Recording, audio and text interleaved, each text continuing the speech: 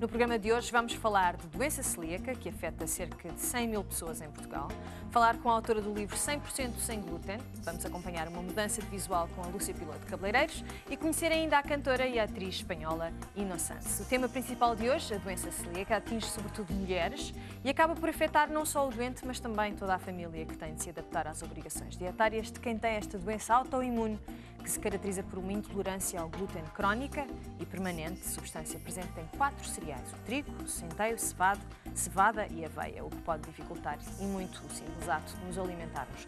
Convidámos casos reais e ainda alguém que trabalha para a Associação Portuguesa de Celíacos, mas começamos pela sua presidente, a Raquel Madureira. E depois temos Rita Jorge, dietista, e Carmen Oliveira Garcia, diagnosticada como celíaca desde 2004. Para juntar-se a nós e esclarecer as suas dúvidas, ligue para o 2144 10433 ou envie e-mail para mundodasmulheres@sic.pt durante o programa. Olá, bem-vindas.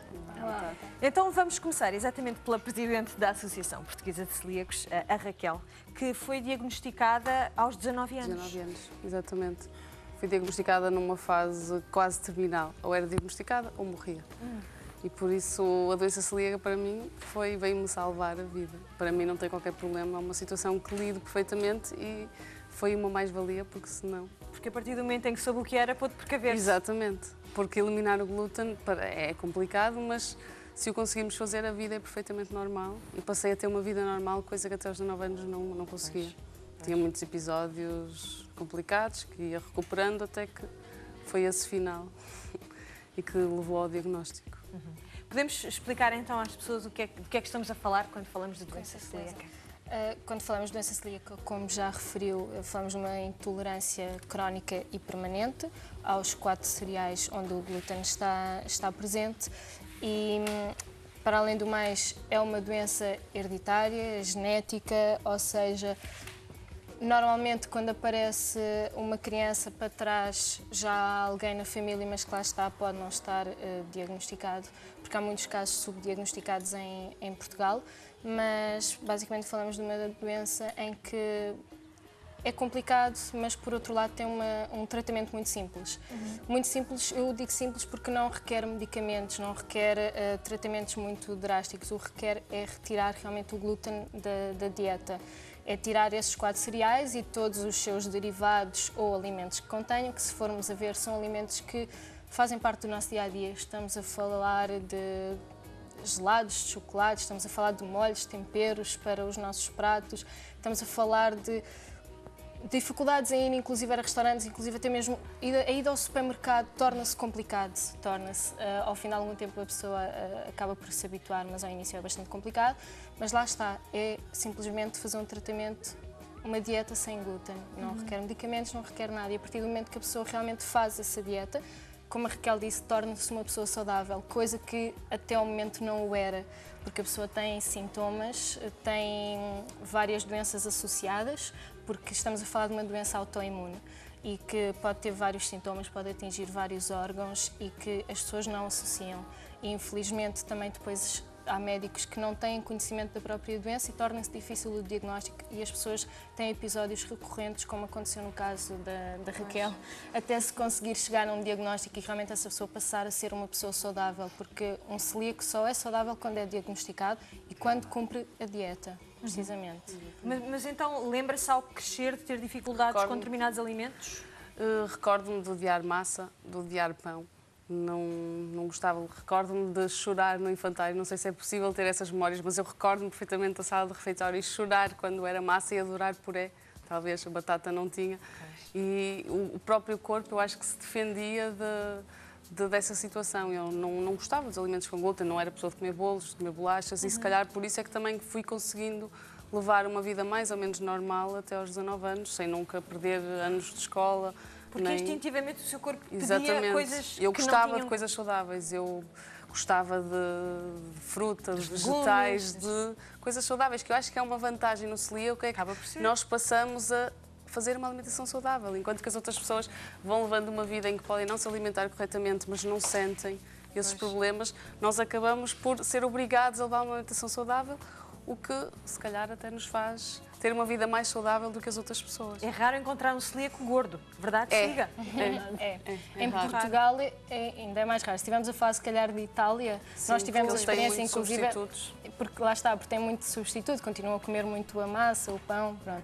Mas realmente em Portugal e na maioria dos países é bastante raro. Porque estamos a falar, inclusive, de um cereal que está de cereais, que estão presentes na massa, no pão, nos bolos.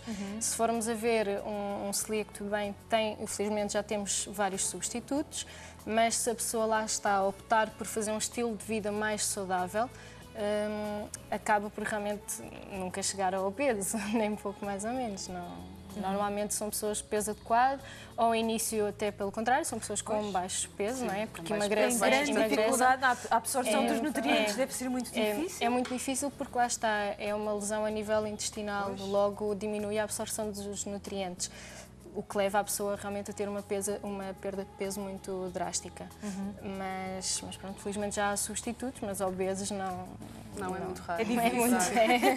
É muito difícil. Que o diga a Carmen, que passou por um mau bocado até ver esta doença diagnosticada, já que pensavam que era bulímica, era ansiedade, era depressão. Eu tinha tudo. E toda a gente, eu ia a um médico e mandava-me sempre para outra especialidade. Ai, não, isto não é daqui, isto é de psiquiatria. Psiquiatria também não. E se calhar, então eu fui saltitando de médico em médico. Eu também fui diagnosticada mais tarde, foi aos 18 anos, que não é uma idade fácil para ter um diagnóstico dessa celíaca, porque eu já comia tudo, não é? E de repente, saídas à noite, jantares, e são muitas situações. Entretanto, como referiu o peso, eu bati 2 anos abaixo dos 40 quilos e tenho 1,68 m. Portanto, com 38, 39 quilos, deixei de andar, porque não tinha força, simplesmente. Eu estava tão desnutrida que não me segurava nas pernas, que é mesmo o termo. Lembro-me perfeitamente da minha irmã me levar a passear a um jardim, eu me agarrar ela, leva-me imediatamente para casa, porque aí, porque não? Porque a pessoa está totalmente desnutrida. E depois o desconhecimento da doença, também da parte médica, não é? Leva a que a pessoa salte de especialidade em especialidade, com diagnósticos completamente disparatados, como a bulimia, por exemplo, que eu já chorava de tão magra, não é? E pronto, assim andei. Não se tratava nada da sua autoimagem, não tinha nada a ver. Pois, claro que não é? Era impossível, porque ao contrário da Raquel, eu gostava muito de pão, eu sou do Alentejo. Então, para mim, o pão é o pão, não é? Não tinha o radar bem sintetizado como o da Raquel. Eu comia pão a todas as refeições, nos intervalos das refeições. Para mim, não existia comida sem pão. Então, mas sentia com certeza o tal desconforto que a Rita falou, não é? Eu tive anos de vida, alguns anos, principalmente o ano de diagnóstico, foi terrível, não é? Não havia dia nenhum que eu não vomitasse pelo menos 2 vezes. A questão é que, infelizmente, esses sintomas, normalmente, as pessoas nem sempre associam àquilo que ingerem. Por exemplo, no caso da Raquel, por exemplo, não gera uma resposta do organismo dela mesmo a esses alimentos. Mas, normalmente, isso não acontece, porque há muitas pessoas que não associam, inclusive, àquilo que comem. Depois também os sintomas são variados, pronto, e então as pessoas também não têm tanto essa capacidade. Mas é muito difícil para a própria pessoa, inclusive, pensar o que é que tem, porque acha tudo e mais alguma coisa, exceto doença celíaca, porque se calhar nem nunca ouviu falar. É isso, não é uma doença muito conhecida, por isso a pessoa não vai pensar, não se vai ela diagnosticar, não tendo conhecimentos, não vai ocorrer que tem uma intolerância a um alimento e acham sempre que é outra doença, uma infecção. Depois os médicos vão saltando e vão buscando alternativas para um diagnóstico. Eu também passei por vários diagnósticos, inclusive de me chamarem de hipocondríaca. Uma coisa curiosa é que um doente está entrada numa urgência, não é? Com episódio de diarreia, vômito, então vá para casa e bebe um chazinho como um pãozinho torrado. Então é assim, eu saía da urgência, chegava a casa e a minha mãe muito solícita torrar uma fatia de pão, eu comia o pão, urgência outra vez. Portanto, foi nessa altura que eu me comecei a perceber, e a minha mãe principalmente, que o pão talvez não tivesse a ajudar muito. Mas foi só por aí, porque realmente é o que os médicos indicam. Portanto, um pão, vai para casa e torra de pão. Ou como uma bolachinha e um copo de chá. Isso pão celíaco. Ainda por cima, se estivermos a falar de crianças, bebés que sejam diagnosticados na altura, que apresentem logo os sintomas a quando da introdução do glúten, é mais fácil. Os pediatras estão mais sensibilizados para esta doença. Agora, há adultos, não. Adultos é muito difícil chegar a este diagnóstico, infelizmente, porque nem sempre todos os adultos têm sintomas a nível gastrointestinal, têm sintomas variados, desde alterações dermatológicas, têm vários sintomas, depressões, que as pessoas não associam, obviamente, que seja uma doença deste Então não género. causa forçosamente distúrbios? Não. 30% Não. dos celíacos têm aquele síndrome clássico gastrointestinal. Existem os outros 70% que têm